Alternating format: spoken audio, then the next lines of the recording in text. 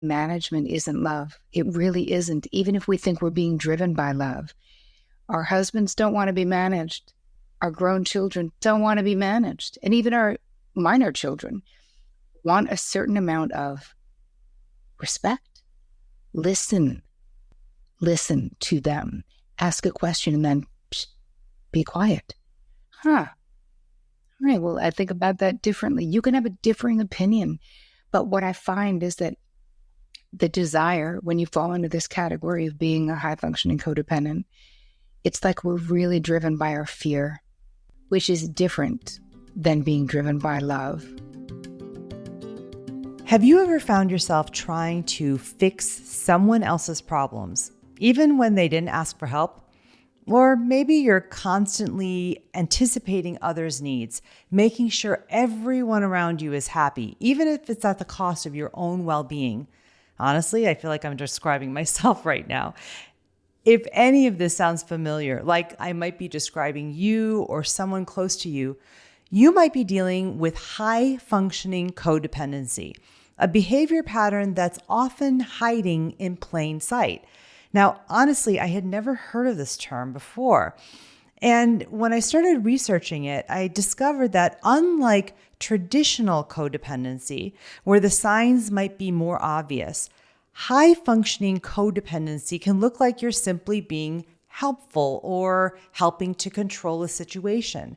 But in reality, it's a compulsion to manage outcomes and constantly overfunction for other people, leaving yourself and your needs behind.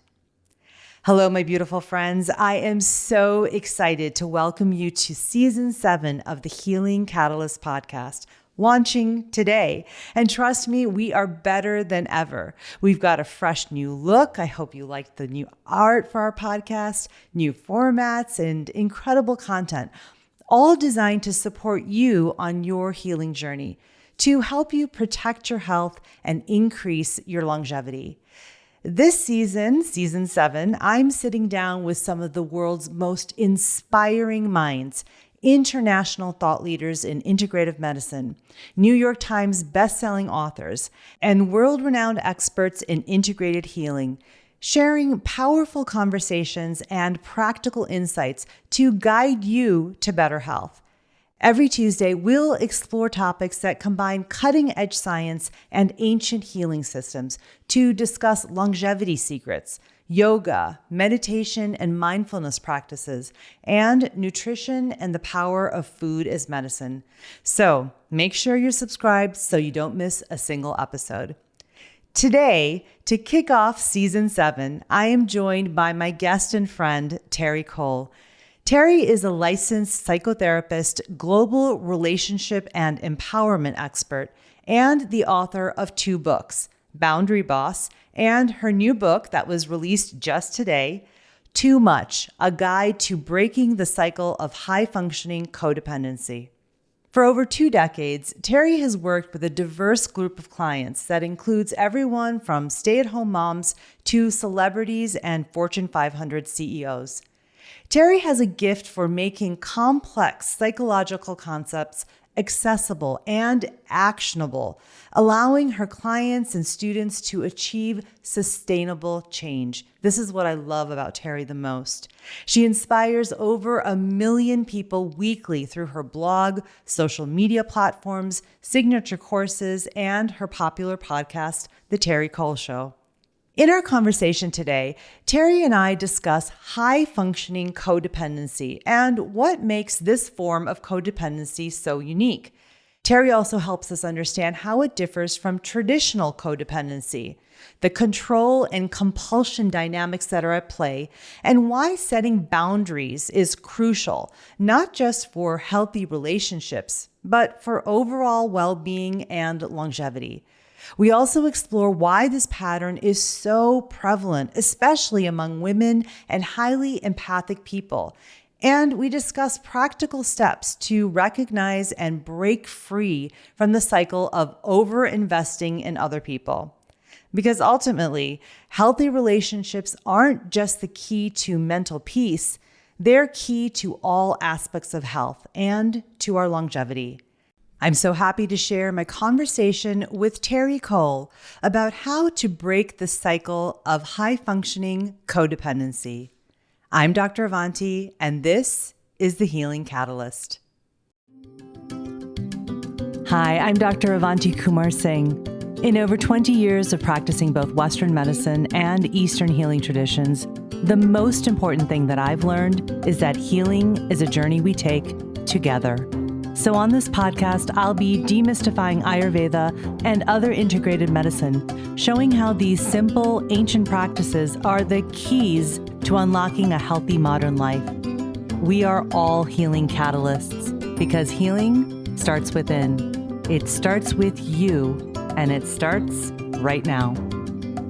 This is a Soulfire production. Hello, my friend Terri. I am so happy to see you. It's been a while since we've been together. It sure has. So good to see you too. It's so good to see you. And I am super excited to talk to you about your brand new book coming out. And I want to jump into all things about this topic about codependency, but specifically, you actually wrote the entire book about high-functioning codependency. So let's start with that. What does that actually mean, high-functioning codependency? Well, let's break down the definition of codependency according to me. It's you being overly invested in the feeling states, the outcomes, the decisions, the relationships of the people in your life to the detriment of your own internal peace, of your own maybe financial well-being, psychological well-being, spiritual well-being. Because here's the thing, well, you know, obviously, we're moms, right? We're sisters, we're lovers. Obviously, we're going to be invested in the happiness of the people we love. This is being a woman. I mean, this is just the way we do it. But codependency means we're overly invested in those things to the detriment of ourselves. So that's where we know there's an imbalance. The reason I coined the phrase high-functioning codependency is that my clients, very capable, high-functioning women in particular, when I would say, oh, hey, what you're describing is a codependent pattern, they'd be like, yeah, no, lady, not me. You're thinking of someone else because I'm not dependent on squat. Everyone's dependent on me. I'm making all the dough. I'm making all the decisions. I'm the rock in my family of origin. Everyone comes to me, so I can't be codependent. And what I realized is that my clients didn't understand what codependency was. They didn't identify with the Melody Beatty, codependent no more, got to be involved with an addict, enabling an alcoholic type of codependency. They're like, that's not me. I'm like, that's not all of what codependency is, although that is codependency. So with high functioning, the irony is that the more capable you are, the less codependency looks like codependency, even though it still is codependency. And you're still, the damage that happens to us from being overly invested in the feeling states, decisions, outcomes, relationships with the people in our life is real. And I also see differences, right? I see differences. With high functioning codependency, it's almost like there's one aspect of our lives. Yes, we're kind of doing everything for everyone. We're kind of the go-to person. We are highly, many of my clients and myself too, and you as well, we're highly successful. We know what we're doing. We are ambitious, but we are, again, with that overly invested. And there's a macro and a micro of this where what I see in my therapy clients and in myself is that we're a little bit codependent with the world. It's not just relegated to the people in our lives.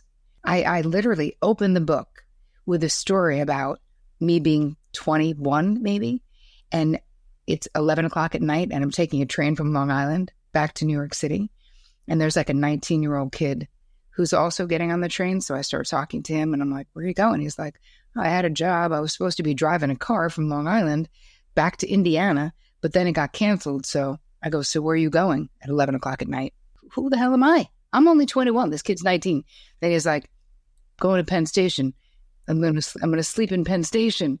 And I was like, no, you're not, Billy. even though I just met him. I was like, that is so dangerous. Keep in mind, it was the late 80s. It was dangerous. And I was like, you'll listen, you could come to my house. I took a complete stranger home to my apartment. I had a roommate, didn't even ask her. And she was like, well, obviously you couldn't let him sleep in Penn Station. I was like, correct. That's kind of what I'm talking about. And listen, maybe you or people listening or watching have never gone to the extreme that I did with Billy, but we all have the ways that we have been inappropriately sucked into the lives, problems, issues of others, whether it's extended family or whether it's a total stranger. I could be codependent with like my hair colorist. You know what I mean? Like it really didn't just have to be someone, didn't have to be just my sisters. And what I found is that it wasn't just me. And when I added high functioning to the term codependency, all my clients were like, it's me. I'm the problem. It's me. That's what I'm doing. I am totally raising my hand. As you're saying this, I'm like, high functioning. Okay. So let's backtrack for a second, because there's so many pieces of gold in what you just said to us. I got to try and recount it. So the first thing is that this idea of being codependent in the world, right? Or codependent with the world at large. So when you were talking about this example of being on the boat going back to Long Island and talking to Billy and then asking him, where are you going? And why don't you come stay at my place since you were going to sleep in the station?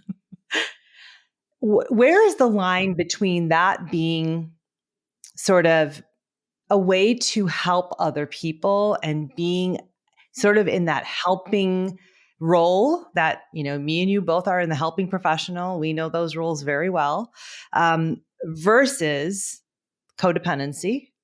So wouldn't that just be being kind to somebody who's down on their luck? No, because there is many ways. Like, and I break this down in the book where I could have been like, hey, I know a youth hostel that's inexpensive and here's $10 or whatever, right? It was the 80s. He probably could have stayed at the youth hostel for $10. Or I could have said, my opinion, you didn't ask for it, but is that it's dangerous. And I wouldn't. You'd be better off sleeping in this station in Long Island than you would be going there, right? Or I could have just minded my own damn business, right? This kid wasn't here crying and being like, help. I literally like beat the information out of him and then decided what he was going to do. Right. Because let's make the distinction of why. Yes. Right. Why? Because part of being a high functioning codependent is feeling overly responsible for all situations.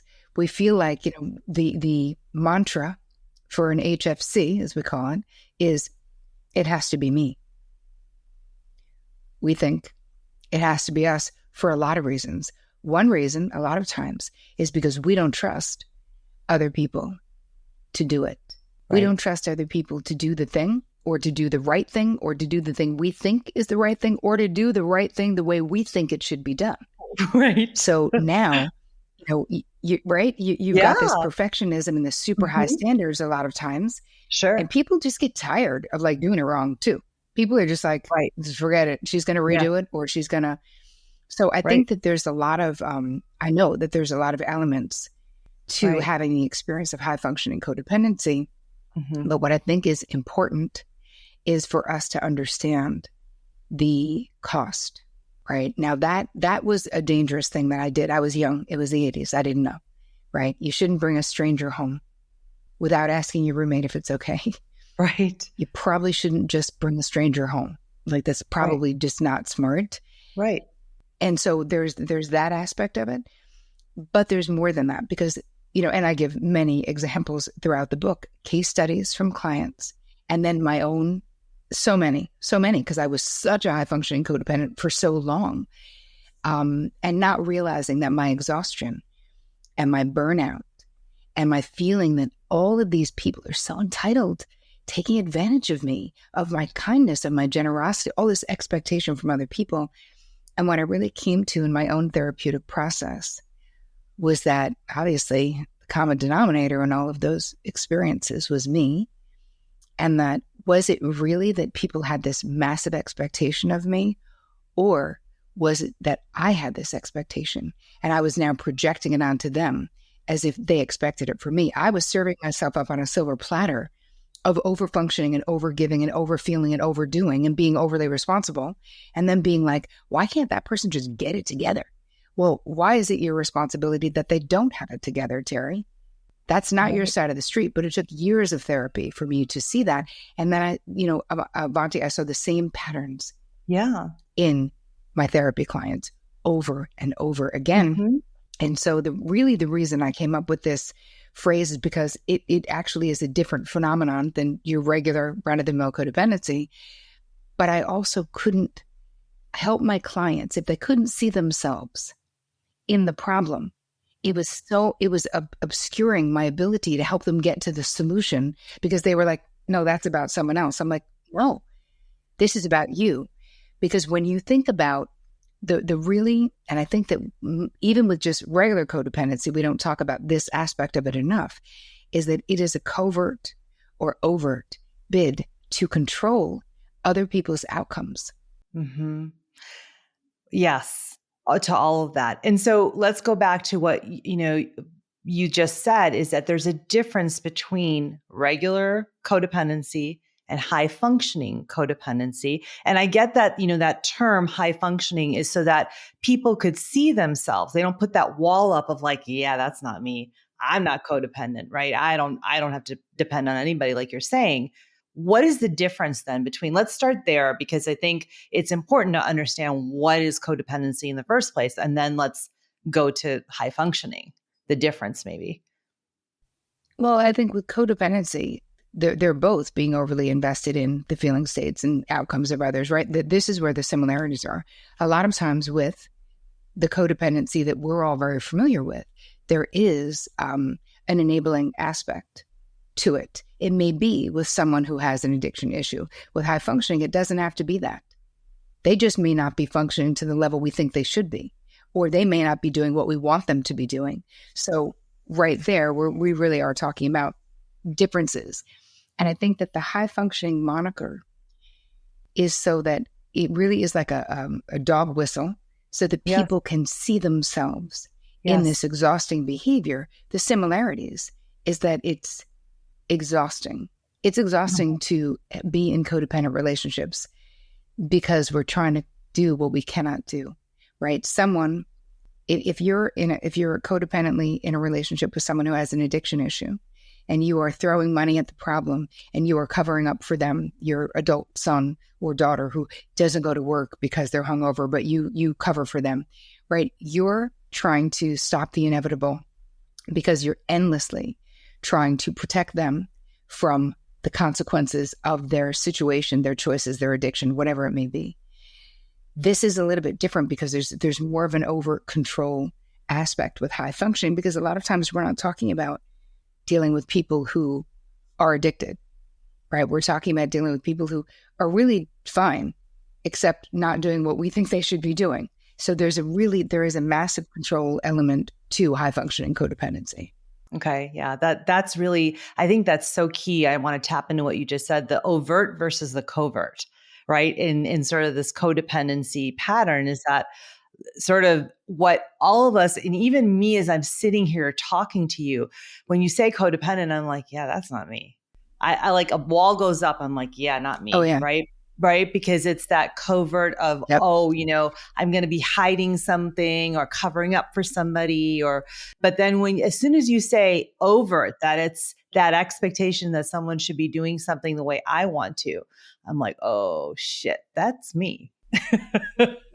I'm the problem. Right. It's especially with kids, forget it. Like, without a doubt. Other ways of identifying yourself as a high-functioning codependent, let's say with the world, right? There's a phrase that I coined called auto-accommodating, where how I discovered this, I was doing it all of my life. There was no name for it, but I was doing it. It's how I was interacting with the world. You see a problem, you want to be a part of the solution. I don't care. I'm sitting on a plane, two people want to sit together. I can be like, I'll move. I don't mind, right? Like, so I was sitting there at my hair salon in the city, and I had a mask on my hair, and it was busy as hell. It was a Saturday. I'm not usually there on Saturday. So there was a line for the sink. And now I could be meditating. I could be listening to a podcast while I'm laying there for 10 minutes. But instead, I'm getting really anxious because the line is getting long. And why am I taking a seat when I could be sitting somewhere else and someone else could be using the... This is literally what I'm thinking. I'm worried about the sink flow at my hair salon. So I'm to the girl, hey, I can move, and she's like, yeah, lady, we're good. We got it, whatever. And I realized as I was laying there, like, wow, this is a compulsion. You are so dialed into what's around you. You are so looking for, is there a problem that I need to fix? Is everything okay? There's a hypervigilance that comes with certain ways of being high functioning codependent, but that was just one. And then I started sharing, then I wrote about it and it went viral. So it had like 120,000 downloads in 28 days. It was literally just this concept that came to me. I was like, wow, I've had 30 years of therapy. I feel like I'm on the other side because I feel like with high functioning codependency, we never talk about being cured. We only talk about being in recovery because it's very similar to anything else. Like, this is still my nature, right? I just don't act on these things, right? I just don't, I'm well aware. I can give myself grace. I don't have to stop listening to my podcast to manage some shit that is not mine to manage, right. Which is so much of what we're doing when we're in HFC. Yeah. We feel like we are the manager of the world and all situations. Right. And the cost, because here's the thing, because people will say to me all the time, Amaji, so what's wrong with being nice? What's wrong with being a part of the solution? What's wrong? You know what I mean? Sure. And I'm like, if it's a compulsion, if you can't not do it, that's not being nice. That's being driven. That's a compulsion to control your environment. It's not the same thing. And what is lost? Because that's the real thing. What is lost in our relationships? What is lost in our interactions in the world? What is lost in our relationships? So now let's bring this same auto vibe to our relationships. I find with HFCs, there is this auto advice giving action that happens where someone is talking about a problem and we immediately have the solution. We have 17 solutions, not just one. If they reject that one, there's so many more. Right. Your grade A advice giving just never ends. We just keep going. So again, now people will say, I get pushback on this online. What's wrong with telling someone what I think? Well, first of all, it's centering that other person's problem on you. So start there. It doesn't mean we never give our loved ones our opinion on something. My point, and what I teach you in the book, is it just doesn't have to be the first stop on the train. Why can't we say to our adult child, what does your gut say? What do you think you should do? Because your instincts are great. And I really respect your instincts. So if you did know, what do you think it would be? And let's just spitball it. Just tell me anything that's coming to your mind right now, right? We learn how to ask expansive questions. And what we learn there is we deepen the intimacy in our relationships when we stop friggin' bossing everybody around and thinking we know the answer. Because here's the thing. My mother had this saying on her refrigerator growing up. I think it was an Irma Bombeck quote. And it says, I promise not to take credit for your accomplishments if you promise not to blame me for your failures. Oh. And when you think about what parenting is, yeah. I was like, I'll take that deal any day. Yes. I'll take that deal any day. Yes. Right? Because the difference between, like when we give people advice in an automatic way, when we are the auto fixer, the auto advice giver, we're driven by our fear of that adult child or our best friend or our sister making a mistake, doing something to ruin their life, doing something to cause themselves pain or cause our parents pain or whatever our fear is, right? But what we don't realize when we're doing that is that that is not your side of the street. Even if your sister says, I want your opinion, you go, okay. First, though, What do you think? Mm-hmm. If you did know the answer, what would it be? Right. Right? Like, and this is for everyone, because what we're really saying when we HFCs, we have a tendency to manage the crap out of the people in our lives. Mm-hmm. And I gotta say, management isn't love. It really isn't. Even if we think we're being driven by love, our husbands don't want to be managed. Our grown children don't want to be managed. And even our minor children want a certain amount of respect. Listen to them. Ask a question and then be quiet. Right. Huh. All right. Well, I think about that differently. You can have a differing opinion. But what I find is that the desire, when you fall into this category of being a high functioning codependent, it's like we're really driven by our fear, which is different than being driven by love, which is different than being driven by choice. Like, think about your friends, the ones that you go to, who can just listen to you. Right. Who will be like, I don't know the answer, but I'm in the foxhole with you while you're in pain. And I'm not trying to bypass your pain. I'm not being like a silver lining friggin' detective to be like, but everything happens for a reason, or maybe, which is so. Right. When you're on the receiving end, you're like, oh, please, no. Don't tell me all the reasons I should be grateful for this terrible thing happening in my life. Right.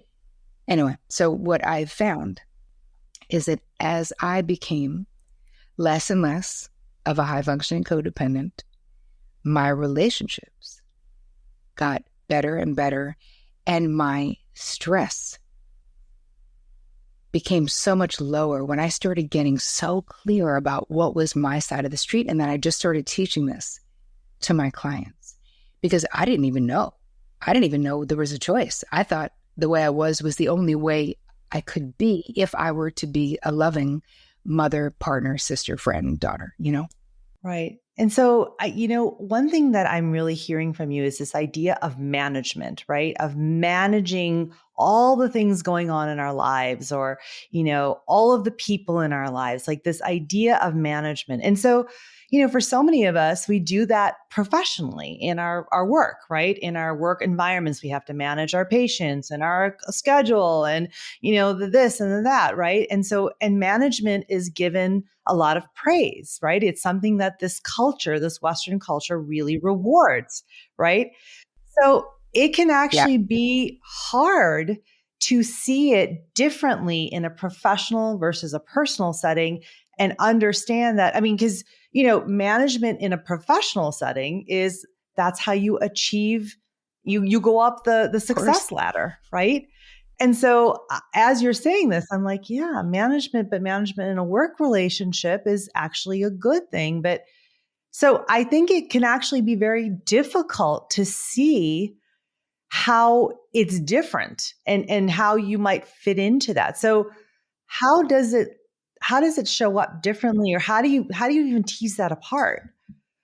It's actually such a great question, because when I look at who are the people in my crew, right? Like my demographic, it really is you. It really is the therapist, the doctors, the ER nurse, the triage nurses. It's like all the people, the end of life people, the people who are really doing the hard work out there in the world and being of service, and how so many of them come in and are reading books and doing my courses because they're so burnt out. Sure. And they're like, I don't know how to turn it off. So part of it is we start to look at, and I always have in my courses and in my therapy clients, I will start with doing a resentment inventory, because this will bring us to the places where we're sort of over-functioning in our personal lives, because most people don't appreciate our over-functioning. So we will either be resentful that they're not doing the thing, their life is still a basket case, even though you're like, aha, I gave you all the answers, why aren't you doing it? Yeah. So we're mad about that, let's say, or we are overextending ourselves. They are taking us up on it, and we are mad. And we're like, that, why are they doing that? So, I mean, there's many, many reasons why we have resentment, but I feel like your resentment inventory can act as a GPS to go, okay, so where am I feeling overly responsible or being overly controlling in my relationships?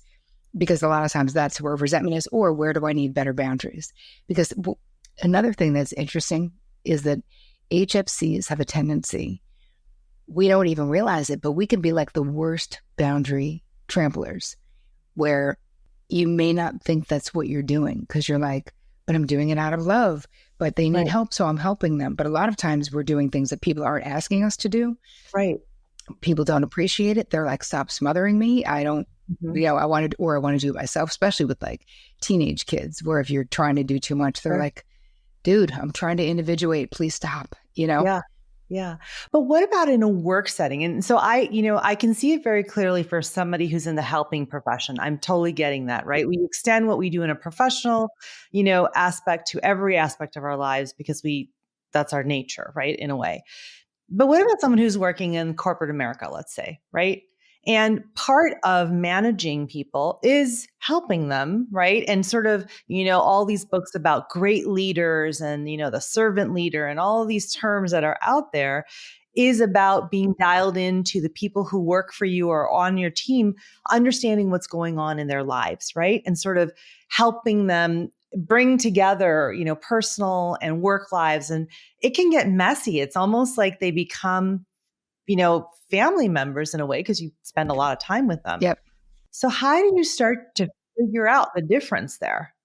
Well, part of it is, I feel like being a good leader, I don't think it means being heavily involved in the personal lives of the people who work for you. I don't. And I actually think that from a therapeutic point of view, this is very problematic because everyone starts recreating their family of origin. It becomes like the longest family vacation you never wanted to go on. Like it just never friggin' ends. You're like, why is there always like a bully who was like my sister? Why is there always, Yeah. So I think the boundaries are, yes, good leadership means your boss knows your partner's name, knows that you have 4 kids or 3 kids or whatever, Sure. But it doesn't necessarily have to go over that line.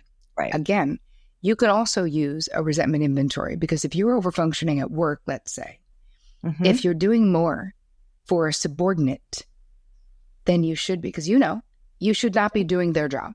Of course. This is it. Their job is, here's black and white. Yep. Here are their tasks. If you're doing their tasks, you're not doing them a favor. It's the same way if we are infantilizing children or minors, a 12-year-old. I was talking to some guy had asked me a question online, and he's like, I don't know what to do. This is during the pandemic. And he's like, I'm trying to have meetings, and then my 11-year-old is knocking on, wants lunch, wants me to make lunch at 12. And I was like, first of all, start with the fact that an 11-year-old can make their own friggin' lunch unless they're making a souffle. But I mean, an 11-year-old can make a sandwich. You don't even have to cook.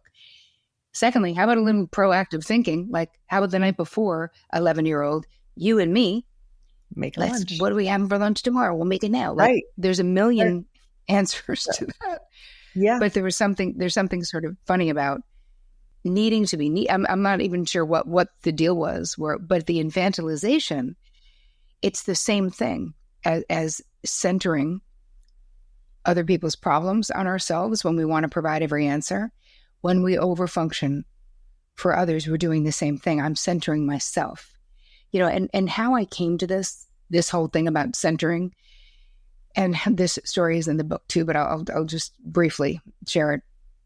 One of my sisters I have 3 sisters. One of my sisters was in a bad situation, always kind of in not good relationships. But anyway, she was in a really bad situation, living in the woods in a house without running water and no electricity, with a guy who was a crackhead who was abusive, and she was an alcoholic.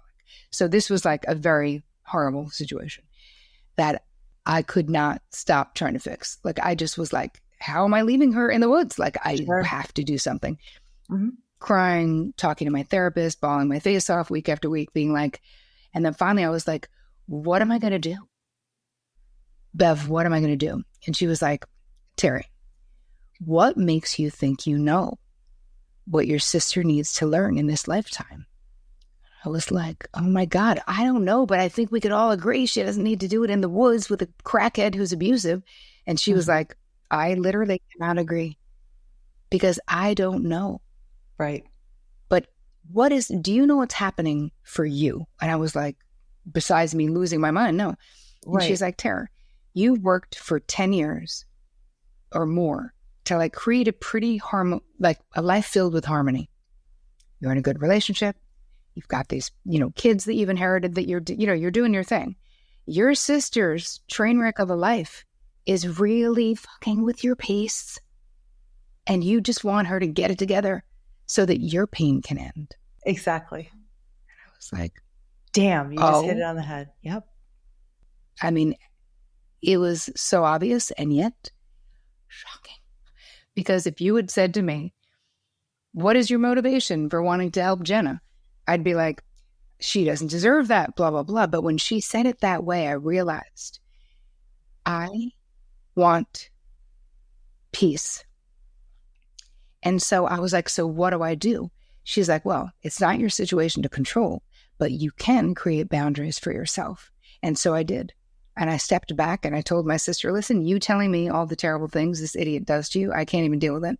So while you're still there, I really have to limit my contact, which was so hard. And you would think that would feel good, but of course it did not feel good, but I still did it. And I said, and when and if you want to get out of there, please let me be your first call. Like I'm still the one. And 9 months later, maybe we talked twice over that period of time. Yep. And 9 months later, she called. And she was like, hello, I'm ready. I was like, I'm getting in my car. And, she got to be. So the end of that story was, instead of me being the hero of Jenna's story, she got to be the hero of her own story. And it wouldn't have stuck anyway if it had been me. But she got to feel good about herself. She got into recovery. She went back to school. She built her life herself. And yes, I helped in ways that I could, that made sense, but it wasn't about me. And when we insert ourselves, it really does become about me. And I realized how much I had done that in my life, this over responsibility for other people's situations, and how we can find the balance of being present and being loving and respecting people's right to be sovereign, you know? Right. I think there's something you just said, and it's about the discomfort that you were feeling. I think that is such a key point, because what I'm hearing, what's coming up for me as you're saying that, is that when we are trying to fix everyone else's problems, right? When we are centering ourselves, it's because we don't want to deal with the discomfort that we are feeling for that person, because we're so attached to what they're doing in the outcome. We take it on and we're like, God, oh my gosh, how can they feel? I don't want them to feel that way. And even in a work situation, right? If it's someone that you're working with, you're so overly involved. You're like, oh my gosh, that poor person. I don't want to, Sally, I don't want her to feel that way. She's got such a rough life. Maybe I should lighten up on all the stuff that she's supposed to do, whatever it is, right? Yes. And what I say, and I tell you in the book, that this is a way that you can know that you're being codependent, is when you say, I don't want them to think, or I don't want them to feel.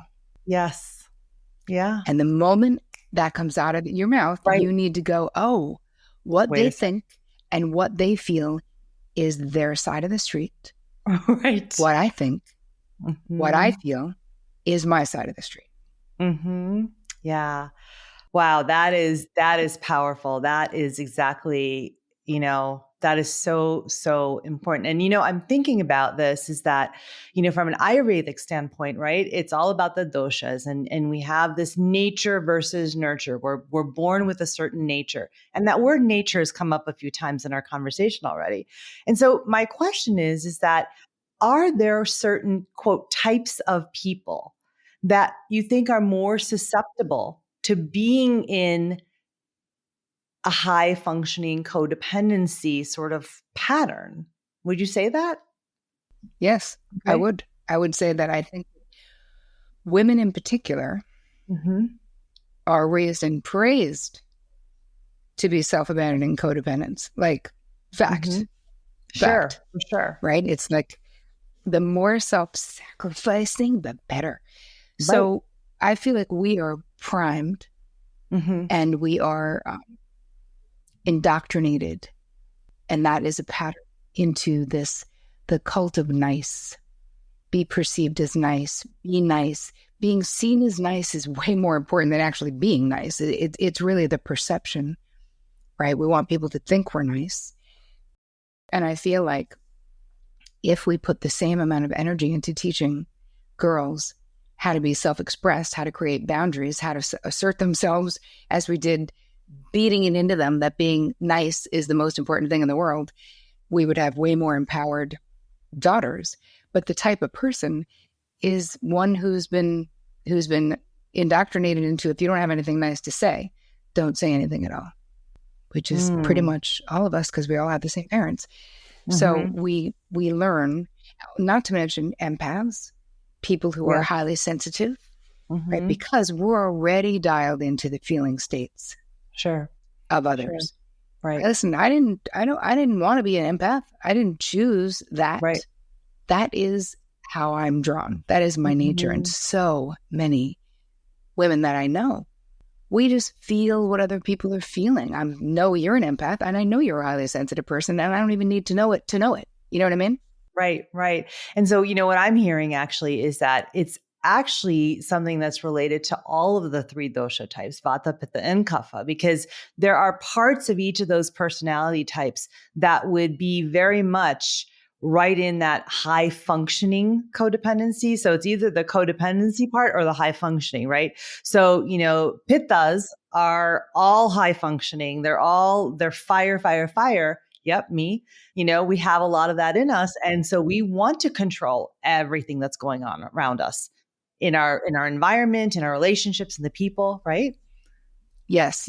And what you're going to see with the other doshas is that the high functioning piece is the thread throughout high functioning codependence, but the way we express it is different. You might be more introverted.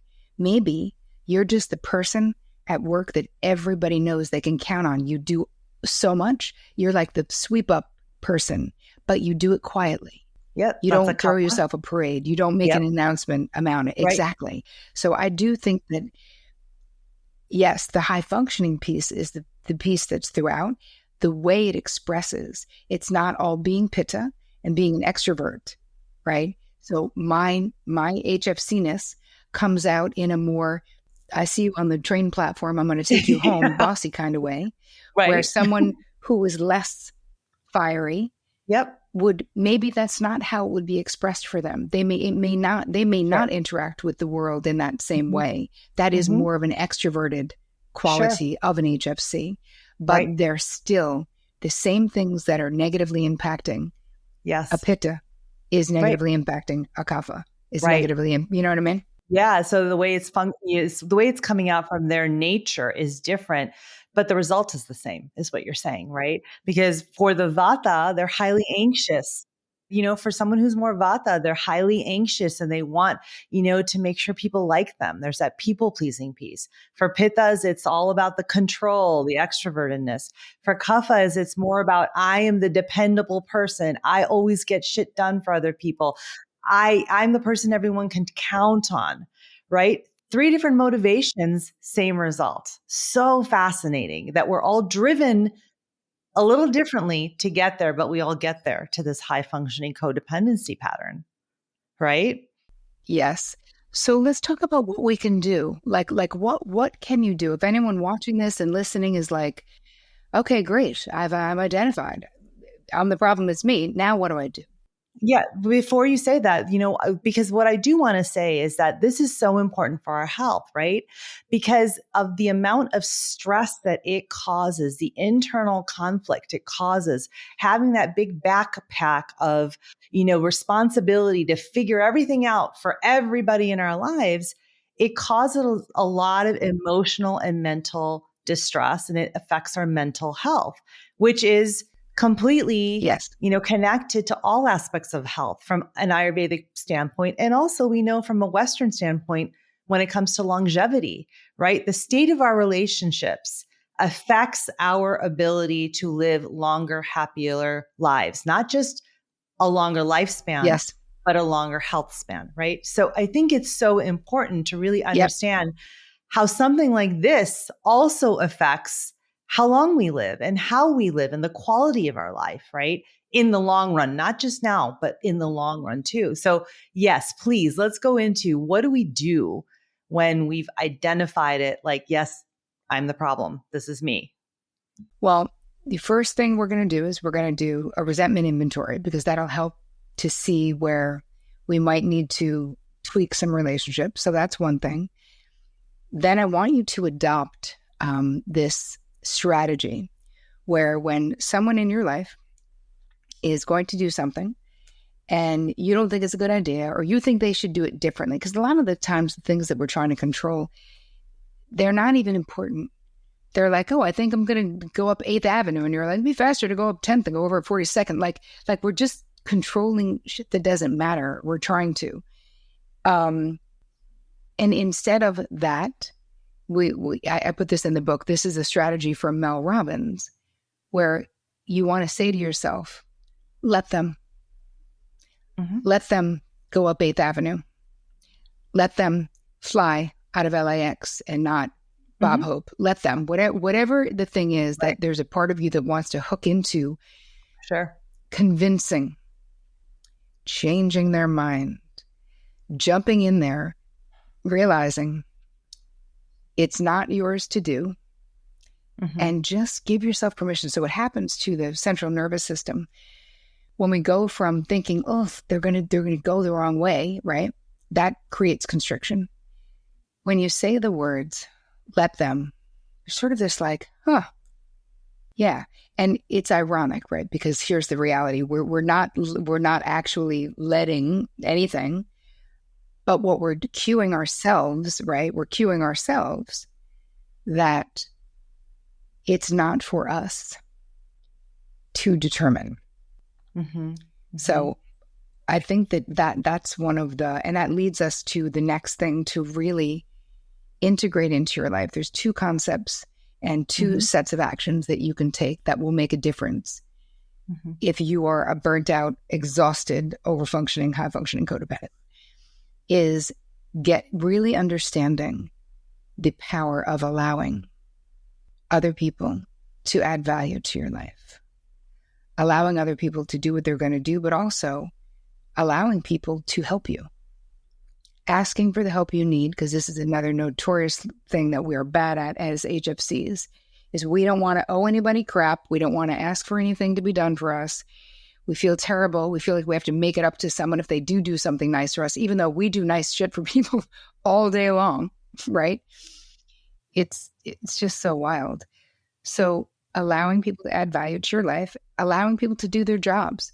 If you're getting in a taxi and the guy's like, let me put your suitcase in the back, let them. Instead of, I would always be like, oh, don't worry about it. You don't have to get out. It's fine. Yeah. Like, why? Let your partner do things for you. Stop psychoanalyzing and needing it all to be done perfectly. Right. Say yes and allow. So that's one thought. The other is surrendering, changing your relationship to what it means to surrender. Because surrendering is going with the flow, right? It's like when you feel like you're swimming upstream, just flip over and float. That is surrendering, where we have to surrender to what is, right? It's not easy sometimes. Like I was in denial of my sister's situation. It required me to surrender to what was the reality. She was choosing to stay because she was an addict, because of whatever was happening. And when I surrendered to that, then I could think about, then what is my action for me that I can do? And it was draw a boundary. But so much of the time we are, as highly capable people, we are living in but it could be different, but I could do something. We're living in the non-reality of like, if they would just do this though, it would be different. And the thing is, we must get to the place of surrendering to what is, because then we can actually problem solve from a healthy place. but we have to surrender to what is.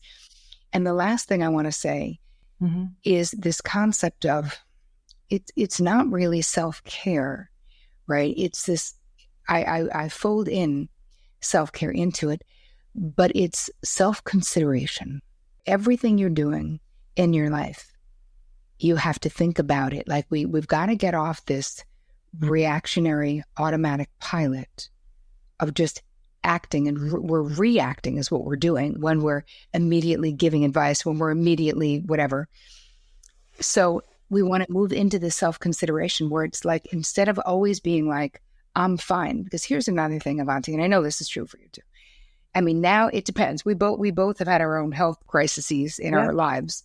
Yep. So let's just say, not when you're going through a health crisis, but let's say before that. How often were people checking on you? Right? Like, everyone knows you're fine. Everyone knows I'm fine because I'm always fucking fine. Because that is an HFC thing where I'm checking on all the people. You're checking on all the people. The same way you have a stadium full of data in your mind about the people in your life.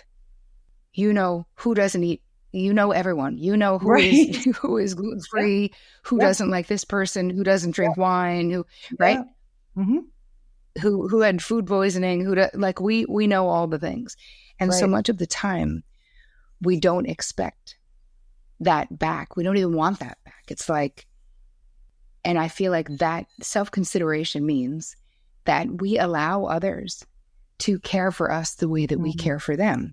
We say no to things if we're too tired to do them. We respect our own bandwidth limitations.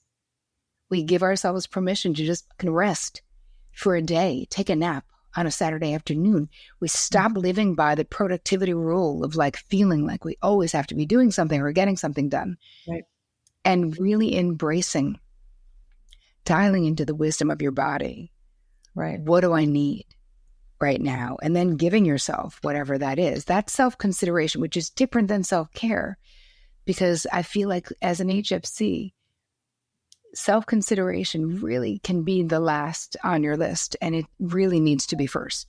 What you think, what you want, right? How you feel about stuff. That has to be important, and it has to be to you. What you want, what you think, and what you feel has to be the most important, more important than anybody else. Yeah, no, and so much of what you're saying is hitting me in such a deep part, because this is, all of these things are a huge realization that I had when I first got that diagnosis a year and a half ago. Is I had a real moment on my knees of realizing like this shit wasn't going to fly anymore, of me trying to do everything by myself, for myself, not asking for help, being the strong one, et cetera, et cetera. I knew that one of the lessons I needed to learn was to allow other people to help me, and to stop being that high functioning person for everybody else, and allow, like you said, right? I think that is such a big part of this mental health connection to longevity and illness and health, right? It's all connected, because when we take that stress on of fixing everything in the world, it eats away at our peace, but it also turns all of those longevity switches off. The things that I've written about in my book, the things that are being studied, right? We know that it all has an effect. And so I think that beyond even making your life better in this moment, which I know all of us want to do, you also have to start to think about, how is this affecting my long-term health, right? And how I'm going to function, and the relationships that I'm going to have. It affects everything. It's not just right now, it's for the long haul too, even though now is important too. But I think that so much of what you said is so relevant to so many of us who are having aches and pains, symptoms, diagnoses, and we don't even realize the piece that this is in our puzzle of our health and what's happening to us. Yep. And the ripple effect of all of this stress and constriction and this bidding for control, how it is so damaging to our health, our physical health in a physiological way, and how much burnout I see in my practice because of that. And so there's a cycle where as HFCs, we'll care too much about everything and everyone. So too many F's, as I like to say. I won't actually say it, but too many F's about all the things. Yep. And then you hit a wall and it's like the pendulum swings all the way over and you're like, and I'm done and don't care and good. Leave them. I don't even care what happens. Like we hit that. Right. So obviously when we're really in recovery from being a high functioning codependent, we find our way to the middle where we go, I'm clear about what is my responsibility. I'm clear about what is your responsibility. I allow you to struggle. Even if I love you, I'm here. That is me loving you, is respecting that the choice to be made is yours and that it's not for me to control. It's not for me to make you not make mistakes. It's for me to be with you, even if you are making a mistake. Yes, you can give the person your opinion, but realizing, really respecting other people's autonomy, because it really negatively impacts our relationships when we don't, you know? Yeah. And I mean, I think that's probably the most important piece of what we're talking about is that relationships are so key to our health, the state of our relationships. That's one of the things I always tell people, look at your relationships and how they might be contributing either to your health or to your illness. And we know that there's an epidemic of loneliness. And so you want to, have those strong relationships. And I think that this behavior pattern of high functioning codependency actually prevents us from having those relationships, those deep, intimate relationships, because people are like, I don't want to be around her. She's bossy. She's trying to fix my life. I don't need that. Right? Yep. Yeah. It does not feel good to be managed. I always say this, management is not love. It's control. Yeah. Yeah. Wow. So I feel like this is a good place for us to end our conversation. We could keep talking because this is such fascinating stuff. I love it. It's brilliant. And I think that, this idea of telling people it's actually high functioning, I think this is revolutionary because I do think, and Terri, you already know this, you've written a whole book on it. It's going to help so many people because they're going to say, oh, I see myself. She's holding up a mirror. I understand that's me. And so, Yes. obviously my next book is called The Longevity Formula. Last question I want to ask you is that in your experience, what do you see as the essential formula for longevity, where our health span equals our lifespan? What would you say? I mean, maybe because I'm a therapist, but I think it's what we were talking about. I really think besides the basic stuff of I work out, I drink water, I try to eat organic. Like I do all the obvious things that we know how to do, but it's really the quality of my personal and professional relationships that inspires me to want to live a long life. It's like a lot of people live a long life, but if your relationships are toxic or if you're alone, what good is that? What is good for me is a long life with my husband. I have 7 grandchildren. I have 3 sons. I've got daughters-in-law. I've got a house full of people and vacations to be together. And I have the same friends since Nixon was in office. Like I am a relationship girl. And that the quality of those relationships, I will always put the work in to have healthy relationships because I think that they dictate the quality of my life.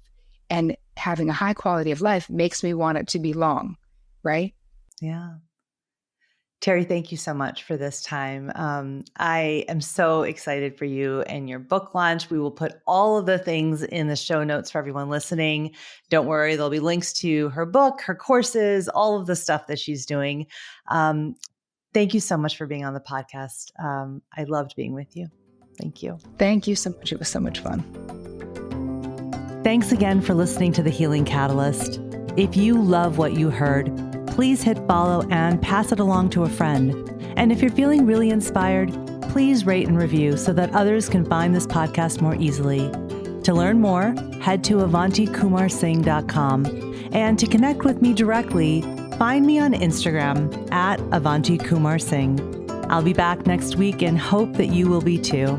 Until then, remember, with the right catalyst, You have the power to activate your own healing, because healing starts within.